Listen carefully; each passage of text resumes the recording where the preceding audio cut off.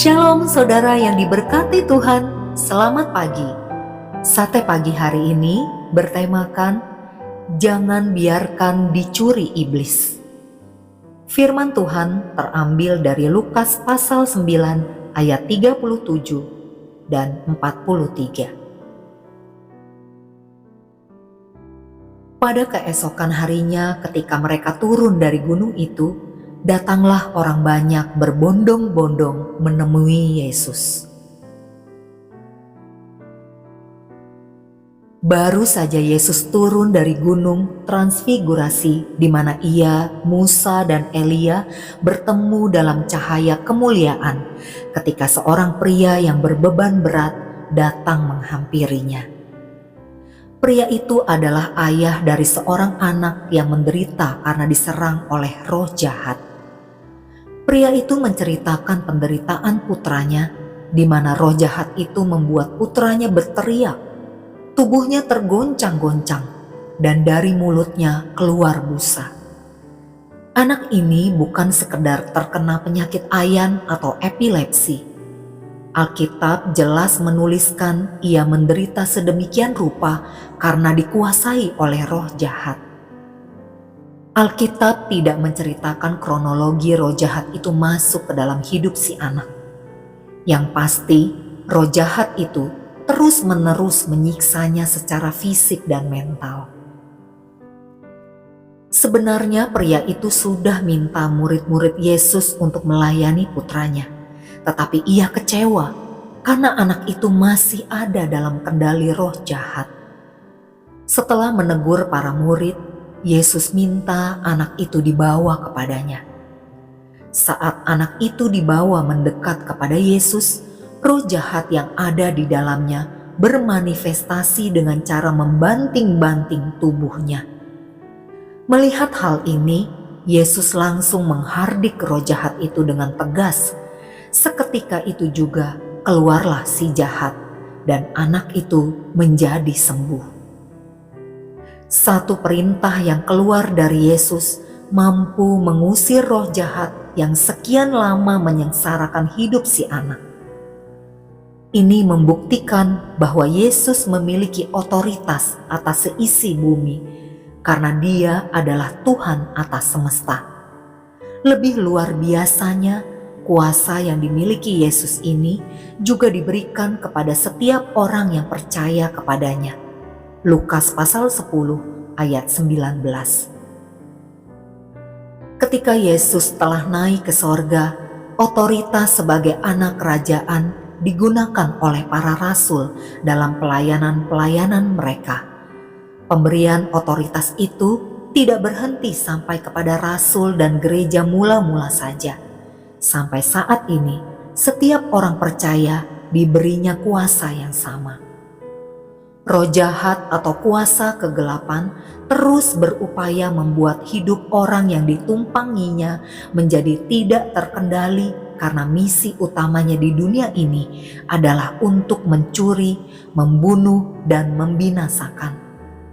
Kuasa kegelapan akan terus berusaha untuk mencuri kesehatan, akal sehat, iman, berkat, masa depan yang cerah, dan berkat-berkat lainnya dari hidup manusia. Bagaimana supaya si jahat tidak bisa mencuri berkat yang seharusnya kita nikmati?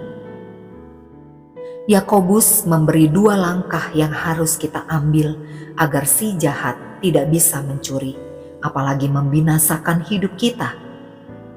Karena itu, tunduklah kepada Allah dan lawanlah iblis, maka ia akan lari daripadamu. Yakobus pasal 4 ayat 7. Yang pertama, tunduklah kepada Tuhan. Si jahat akan lari manakala kita mendekatkan diri dan menundukkan diri kepada Tuhan. Jagalah kekudusan hidup dan bangunlah hubungan yang karib dengan Tuhan, maka kita akan hidup sebagai pengikut Kristus yang memiliki otoritas. Kedua, lawanlah iblis dengan menggunakan nama Yesus yang berkuasa. Dalam peperangan rohani, sesekali kita harus menggunakan strategi ofensif atau menyerang dengan senjata rohani, yakni firman Tuhan dan nama Yesus. Amin. Mari kita berdoa. Bapa Sorgawi, mampukan kami menjadi pengikut yang menggunakan otoritas sebagai anak-anak kerajaan sorga untuk membawa jiwa kepadamu. Di dalam nama Tuhan Yesus, aku berdoa. Amin.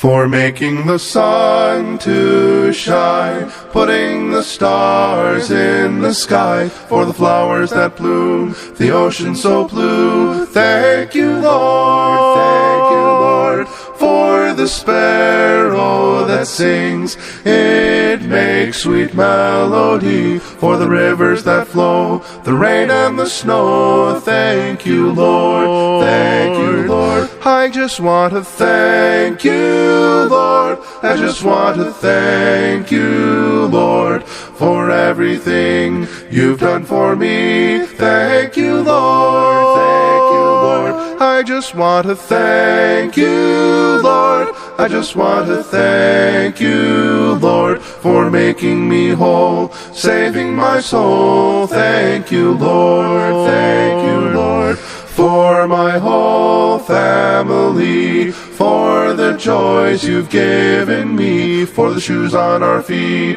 plenty to eat. Thank you, Lord, thank you, Lord, for the church where I worship and pray, for the freedoms that I have today, for your spirit I feel, your presence so real. Thank you, Lord, thank you, Lord. I just want to thank you, Lord. I just want to thank you, Lord, for everything you've done for me. Thank you, Lord, thank you, Lord. I just want to thank you, Lord. I just want to thank you, Lord, for making me whole, saving my soul. Thank you, Lord, thank you, Lord, for being a friend so dear, giving my sad heart cheer, for holding my hand when I could not stand. Thank you, Lord, thank you, Lord, for giving your life for me